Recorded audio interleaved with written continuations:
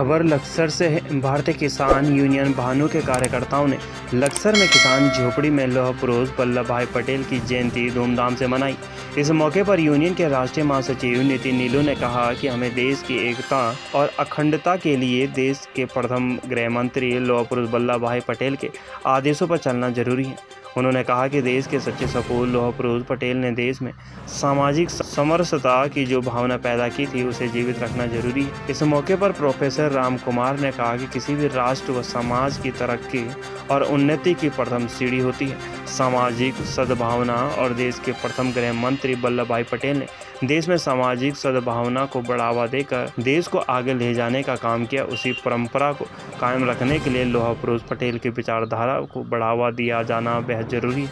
लक्सर से राम गोपाल की रिपोर्ट। एकता दिवस पर किसान झोपड़ी पर सभी किसान और हमारे सभी गणमान्य लोगों का आना हुआ। इसके लिए जो है ये हमारे पटेल साहब का आज जयंती है और मैं सबको यही संदेश देना चाहता हूँ कि भारत में सद्भावना का एक बहुत बड़ा रूप होना चाहिए और इसमें जातिवादी ये सब इन सब चीज़ों से दूर हमें रह के हमें अखंड भारत की ओर अपने देश को ले जाना चाहिए। आज पटेल जी की जयंती को पूरे देश में राष्ट्रीय एकता दिवस के रूप में मनाया जा रहा है और मुझे भी ये लगा जब सरकार ने इसको राष्ट्रीय एकता दिवस के रूप में मनाने की बात कही, हमने इसको मात्र सरकारी कार्यक्रम के रूप में समेट दिया है।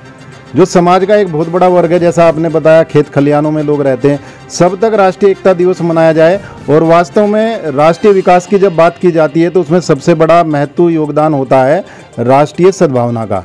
अगर हम सब मिलजुल कर एक होकर सद्भावना के साथ रहेंगे तो हम प्रत्येक क्षेत्र में विकास कर सकते हैं। गांव में रहने वाले व्यक्ति का भी विकास होगा, शहर में रहने वाले व्यक्ति का भी विकास होगा। विकास की पहली जो प्राथमिकता होती है वो होती है सामाजिक सद्भावना।